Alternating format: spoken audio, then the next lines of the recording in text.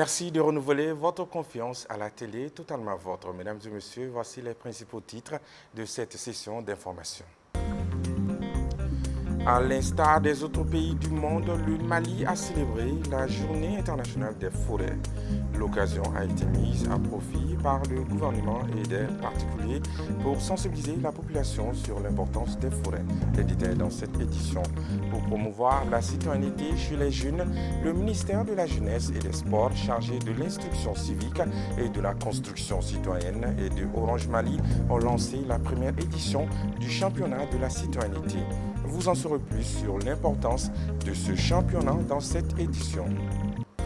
Un Malien établi à l'extérieur a décidé de faire un don de 400 sacs de vivres par l'entremise de José Traoré pour soutenir et soulager des personnes nécessiteuses en ce mois de Ramadan. Les détails dans ce journal.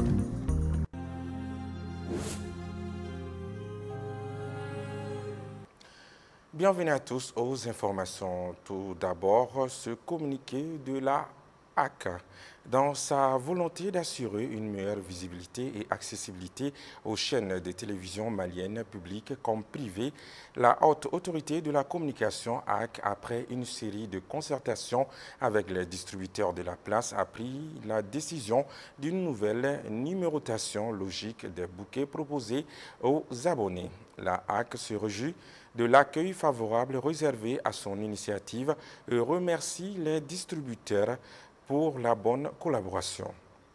Ainsi, à compter du 26 mars 2024, les abonnés au bouquet Canal+ pourront capter ORTM1, ORTM2, Africable Télévision, TM1 et Renouveau TV, Joliba News TV et Chérifula TV, respectivement sur les canaux 1, 2, 3, 4, 5 et 6.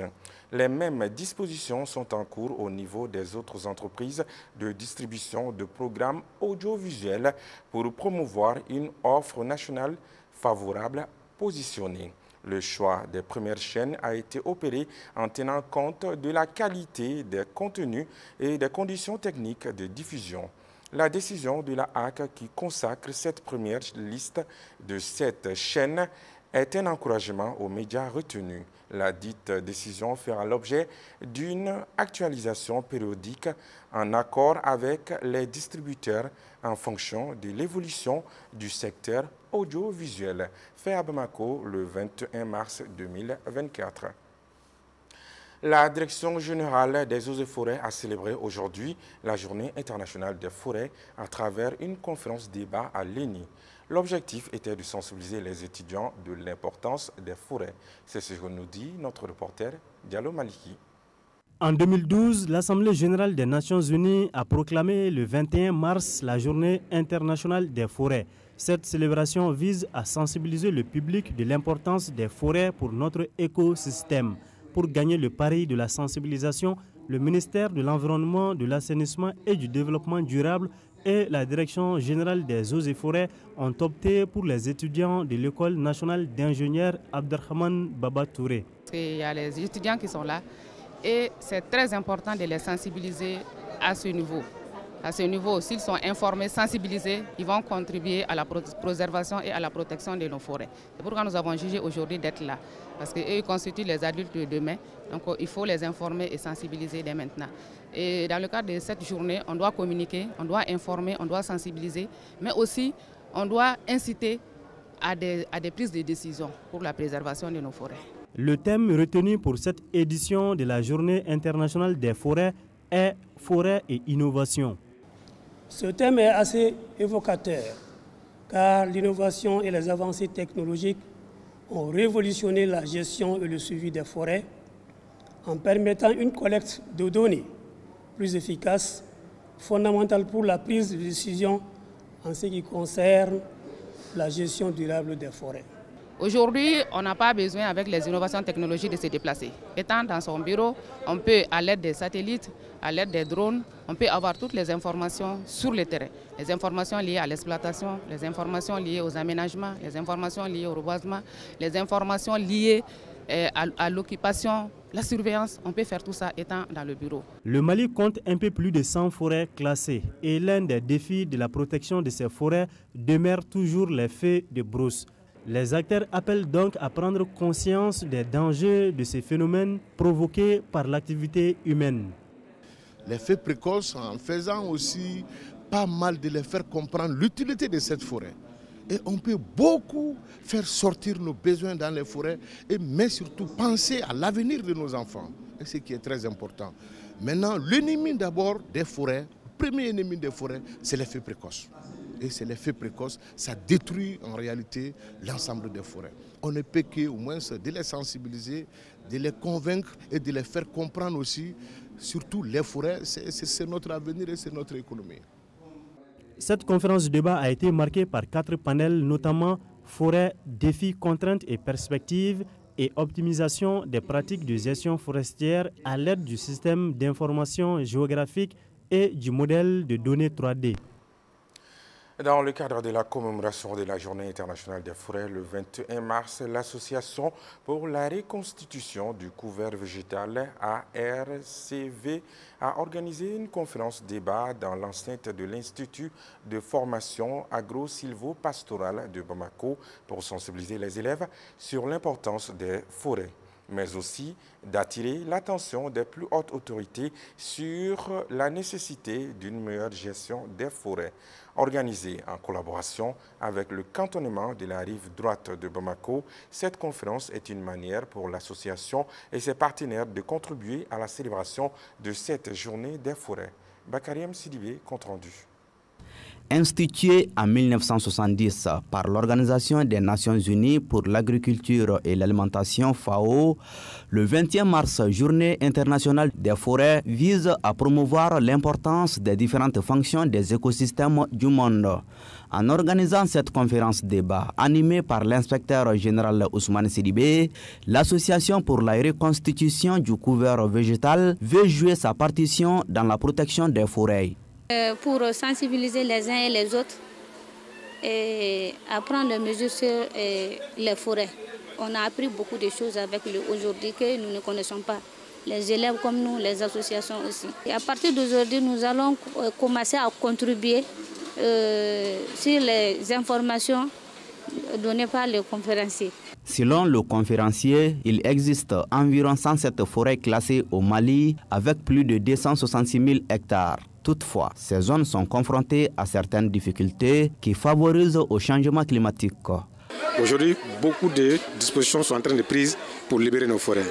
Mais compte tenu de la situation actuelle du pays, peut-être qu'il y a eu un peu d'accalmie. Sinon, des dispositions sont en cours pour assainir nos forêts. On ne peut pas continuer à détruire nos forêts alors qu'on n'a pas encore atteint les 15% qui constituent les normes internationales présidées par la FAO. Face aux multiples défis liés à la meilleure gestion des forêts au Mali, le conférencier a invité la population à s'impliquer davantage. Sans la forêt, il n'y a pas d'agriculture. Sans la forêt, il n'y a pas d'élevage. Sans la forêt, il n'y a pas de pêche. Et sans la forêt, il n'y a pas d'eau. Donc, si cela est compris par tous les citoyens, nous devons faire la gestion durable des forêts, la faire à nous tous. Et nous lançons cet appel vibrant à tous nos citoyens que chacun se débrouille à planter un arbre par an. Nous sommes 20 millions, ça fait 20 millions d'arbres par an. Le thème retenu pour cette année est « Forêt et innovation, des nouvelles solutions pour un monde meilleur ». La conférence a permis de partager avec les élèves l'importance des forêts, les difficultés et les contraintes liées à la gestion des forêts.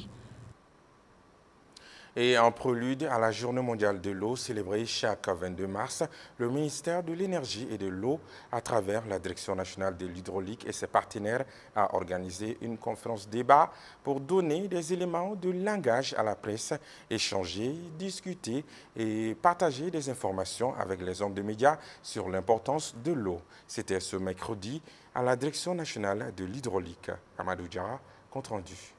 Cette conférence de presse avait pour objectif de donner des éléments de langage à la presse, échanger, discuter et partager des informations avec les hommes des médias sur l'importance de l'eau et la gestion durable des ressources en eau. Et cela en conformité avec le thème de cette année, l'eau pour la paix. Mais si l'eau que nous avons tout de suite, qu'on ne prend pas garde, on laisse dégrader, on laisse détériorer et qu'on n'a pas d'eau pour boire, c'est le conflit.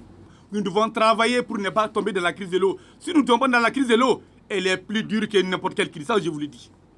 On peut ne pas peut-être manger pendant des jours, mais quand vous faites 2 jours sans boire, vous comprenez que ça va être très dur. Nous sommes en mois de carême. Ceux qui sont en jeûne savent quoi ils souffrent dans leur cœur. Cette rencontre, qui s'inscrit dans le cadre de la Journée mondiale de l'eau, permettra à la Direction nationale de l'hydraulique d'informer les journalistes sur les activités programmées. Un panel, donc des dialogues sur des thématiques concernant l'eau qui peut être un outil de coopération, de paix, de cohésion sociale, de stabilité et de développement. Donc ce thème va être vraiment développé par des panélistes qui seront composés essentiellement de plusieurs corporations du secteur de l'eau. Donc nous avons voulu que ce soit la société civile, les services techniques, les partenaires techniques et financiers, et que ce soit aussi les universitaires. Voilà, donc ce sera le vendredi, après la cérémonie solennelle. Je crois qu'on sera ensemble là-bas au CICB pour pouvoir vraiment aller célébrer cette journée, parler de l'eau, vraiment bonifier l'eau, magnifier l'eau, et vraiment mettre en évidence tous les sens, toute la valeur que cette ressource précieuse dispose. Ainsi, il est crucial de bien gérer l'eau, car en 2023, 2,2 milliards de personnes manquaient d'eau potable gérée en toute sécurité, dont 115 millions de personnes buvant des eaux de surface. Ce vendredi 22 mars 2024, le monde célèbre la Journée mondiale de l'eau sur le thème « L'eau pour la paix », indiquant l'importance accordée désormais à ce bien commun comme facteur de paix dans un contexte de changement climatique. À l'occasion de ce rendez-vous international, WaterAid plaide auprès des décideurs et des communautés pour la diplomatie de l'eau et une harmonisation des efforts pour prévenir les conflits et garantir la paix. Le directeur des programmes et de plaidoyer de WaterAid Mali s'est confié à nos reporters sur la vision et les activités prévues par son organisation à l'occasion de la journée de l'eau. Suivons. Chaque année, nous célébrons ensemble au niveau national et international la journée mondiale de l'eau, le 22 mars. Et cette année, cette journée sera bien sûr célébrée avec comme thème l'eau pour la paix. Pourquoi l'eau pour la paix? Comme on l'a dit, l'eau est source de vie, l'eau est source de conflit et l'eau est source de paix. Je peux me présenter sur la dernière partie qui est l'eau source de paix, parce que cette eau, elle a différents usages. L'eau pour l'industrie, l'eau pour la consommation humaine, l'eau pour la navigation, l'eau pour l'agriculture, l'eau pour l'industrie. Vous voyez déjà que nous avons différentes parties prenantes qui se retrouvent autour d'une même ressource en eau. Une fois que nous avons des convictions, nous avons des processus pour vraiment améliorer la priorisation des différents usages, on peut trouver un terrain d'attente pour vraiment aller vers une harmonisation, une stabilisation de notre bien commun. Comme vous le savez, ces dernières années, on parle plutôt de la diplomatie de l'eau. Cette diplomatie de l'eau va au-delà des usages, va au-delà de ça. C'est même la coopération interétatique, la coopération entre les États, la coopération même interrégionale. Donc, qu'est-ce qu'il faut faire? Je le dis, je le répète, nous devons sortir de cette façon de penser que l'eau c'est juste pour la consommation. L'eau est source de vie, elle est source de paix, et alors il faut aller avec cette diplomatie pour vraiment amener des réflexions à long terme. Je dis bien à long terme, ce n'est pas à court et moyen terme, mais à long terme, pour que vraiment nous ayons des priorisations d'utilisation de cette ressource qui est commune à nous tous. Pendant cette journée mondiale de l'eau, nous avons deux grandes actions. Au niveau national, nous allons appuyer la Direction nationale de l'hydraulique dans l'organisation de cette journée. Ce sera le 22 mars avec la conférence de presse et surtout les stands aussi. Au niveau communautaire, nous allons organiser aussi au niveau du cercle de Blas pour vraiment sensibiliser les communautés, non seulement dans l'exploitation de la ressource en eau, dans la préservation de ces ressources en eau et surtout pour que vraiment elles soient équitables. Voilà, c'est le message que j'ai. Réflexion vraiment stratégique pour vraiment l'eau à long terme avec les différents usages pour contribuer au développement durable du pays. Autre registre, ce mercredi 20 mars 2024 a eu lieu la cérémonie de remise de prix de la première édition du championnat de la citoyenneté. Une initiative née de la collaboration entre le ministère de la Jeunesse et des Sports, chargé de l'instruction civique et de la construction citoyenne, et de Orange Mali. Objectif, promouvoir la citoyenneté auprès de la population. Assistant Diallo, Matala Ouattara pour le compte-rendu. Citoyenneté. C'est autour de ce thème que la jeunesse du district de Bamako et des régions du Mali ont eu à compétir durant 3 mois. Sur plus de 70 projets au départ, ils sont 3 lauréats à s'être démarqués. Le premier a reçu 8 millions de francs CFA, 5 millions pour le deuxième et 3 millions pour le troisième. Ces fonds doivent servir d'appui pour la mise en œuvre de leur projet. Pour noter, on avait un barème. Et ces critères, nous avons entre autres la qualité informative et persuasive, également la pertinence et la cohérence, l'impact positif mesurable. Ces projets devaient également être mis en ligne et regardés par les internautes qui devaient également apporter leur appréciation. Ça va me permettre de réaliser mon idée de projet qui consiste à organiser des sensibilisations dans la commune de Kébila. Je suis animé par une joie très profonde pour avoir remporté ce premier prix. Et ce projet que je porte, c'est un projet de vulgarisation de la Constitution et de la loi. Financé à hauteur de 20 millions de francs CFA pour marquer ses 20 ans d'existence au Mali par Orange Mali, le championnat de la citoyenneté est une initiative qui vise à accompagner la jeunesse dans la promotion des actions de la citoyenneté. Une volonté partagée et appuyée par le ministère en charge de la jeunesse. À l'occasion de son 20e anniversaire, pour marquer son ancrage profond auprès des populations maliennes, Orange Mali a souhaité adresser le segment jeune en soutenant des projets qui auront un impact positif sur leur vie de tous les jours. En collaboration avec le ministère de la Jeunesse et des Sports chargé de l'instruction civique et de la construction citoyenne, le projet sélectionné a été le championnat de la citoyenneté. Et le championnat de la citoyenneté, en collaboration avec Orange Mali, a été une vraie opportunité pour les jeunes de s'exprimer, de rêver et de montrer qu'ils ont le niveau qu'il faut et qu'ils ont la possibilité de présenter des projets bancables. Et les différents lauréats seront suivis et accompagnés pour la mise en œuvre efficace de leurs projets. Je vous le disais dans les titres, un Malien établi à l'extérieur à travers Djossé Traoré vient d'offrir à 270 orphelins et veuves des sacs de riz. La cérémonie de remise, première d'une série, s'est déroulée ce jeudi 21 mars 2024 à Kanadigila, dans la commune rurale de Mandé. Il s'agit à travers ce geste de soutenir les femmes de couches démunies en ce mois de Ramadan. La Syndiacité compte rendu. Pour soutenir et soulager la souffrance des personnes vulnérables en ce mois de Ramadan, un Malien établi à l'extérieur a décidé de faire un don de 400 sacs de vivres par l'entremise de Djossé Traoré. Selon ce dernier, c'est à travers son émission radiophonique Blaglama que cette initiative a vu le jour. Profitant de l'occasion, il invite les bonnes volontés à soutenir et à accompagner ceux qui sont dans les besoins. Nous faisons l'émission à la radio tous les vendredis. À cause de ça, les gens maliens et autres nationalités nous écoutent. Après l'écoute, ils essayent de voir qu'est-ce qu'ils peuvent faire. Parfois, ils soignent des malades. Parfois, ils apportent des besoins. Ils apportent de l'argent pour couvrir les besoins des malades. C'est dans ce cadre-là qu'un de nos compatriotes nous a entendus. J'ai tenu à ce que son nom soit diffusé. La personne a insisté, il ne faut pas du tout que mon nom soit connu par des gens. Tout ce que je fais, je le fais au nom de Dieu.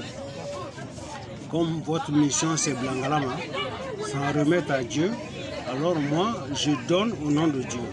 Aujourd'hui nous avons distribué à peu près 270 sacs de 50 kilos. Ce n'est rien. Comparativement au nombre de gens que nous avons. Les bénéficiaires ont salué ces gestes de solidarité du bienfaiteur et invitent les bonnes volontés à l'imiter. Même aujourd'hui, je n'avais pas de quoi préparer à la maison. Je suis vraiment contente d'avoir ce sac de riz. Je remercie Djossé et tous ceux qui ont contribué à cette donation. Que Dieu le leur rende en bien, je suis vraiment contente.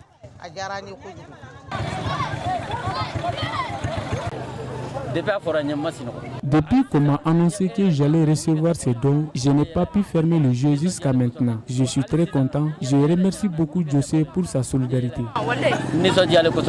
A noter qu'après la phase de Bamako, la donation se poursuivra dans d'autres localités. Après avoir reçu le déploiement de 200 filtres, de 20 filtres plus tôt dans 4 villages et la ville de Djenné, ainsi que le développement de 35 autres pour améliorer l'accès à l'eau potable et à la résilience environnementale, le projet Djenné Clean Water Initiative est en terme de ses activités dans le cercle de Djenné après un an d'exécution. Ce projet financé par le gouvernement américain avait pour objectif d'accompagner les communautés locales dans la mise en œuvre de solutions pour le climat. En conférence de presse ce jeudi, les initiateurs et les bénéficiaires du projet ont exprimé leur satisfaction quant aux impacts positifs du projet. Lolo Madibati. Ce programme visait à atténuer les effets du changement climatique et à renforcer les capacités locales des populations de Djenné par le biais de solutions innovantes telles que les filtres biosans. Au terme, le projet Djenné Clean Water Initiative a réalisé d'importantes avancées dans l'autonomisation des communautés et la promotion de la résilience environnementale. Le projet avait pour objectif de mettre l'accent sur la réduction des effets du changement climatique. Donc pour ce faire, notre approche était d'une part de former 4 villages et la ville de Djenné à développer une solution innovante qu'on appelle le Biosand Filter, qui est un outil qui permet de filtrer l'eau pour la rendre potable, quelle que soit la saleté de l'eau. Cet outil, cette technologie permet de filtrer pour permettre à l'eau d'être potable. Ces filtres ont non seulement répondu aux préoccupations sanitaires liées aux sources d'eau contaminées, mais ont également favorisé la protection de l'environnement en réduisant la dépendance aux ressources non renouvelables. Nous sommes très satisfaits. Ce projet est venu dans un moment très difficile, où souvent la population avait du mal à avoir de l'eau potable, même dans la ville de Djenné. À cette occasion, l'ambassadrice des États-Unis au Mali a rappelé l'engagement de son pays dans la protection environnementale et le renforcement des communautés locales pour leur autonomisation. L'accès à l'eau potable n'est pas seulement une nécessité humaine de base, mais aussi un élément essentiel du développement durable. En fournissant de l'eau propre aux communautés dans le besoin, nous améliorons non seulement la santé publique, mais nous autonomisons également les individus et les communautés pour prospérer. Pendant un an, ce projet a formé 24 personnes, dont 10 femmes, pour élargir le projet dans les autres villages du cercle de Djenné.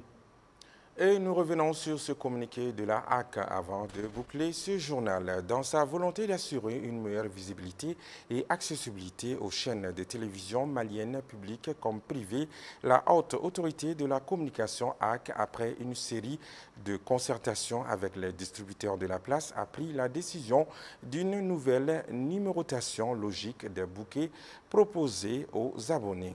La HAC se réjouit de l'accueil favorable réservé à son initiative et remercie les distributeurs pour la bonne collaboration. Ainsi, à compter du 26 mars 2024, les abonnés au bouquet Canal+ pourront capter ORTM1, ORTM2, Africab Télévision, TM1, Renouveau TV, Joliba News TV et Chérifula TV, respectivement sur les canaux 1, 2, 3, 4, 5, 6 et 7. Les mêmes dispositions sont en cours au niveau des autres entreprises de distribution de programmes audiovisuels pour promouvoir une offre nationale favorable positionnée. Le choix des premières chaînes a été opéré tenant compte de la qualité des contenus et des conditions techniques de diffusion. La décision de la HAC, qui consacre cette première liste de 7 chaînes, est un encouragement aux médias retenus. La dite décision fera l'objet d'une actualisation périodique en accord avec les distributeurs en fonction de l'évolution du secteur audiovisuel, fait à Bamako le 21 mars 2024. Fin donc de ce journal. Demain, vous serez en compagnie de Marietou Makalou. Quant à moi, je vous souhaite de passer une excellente soirée en notre compagnie. Toutes choses concourent au bien de ceux qui aiment Dieu. Bonsoir.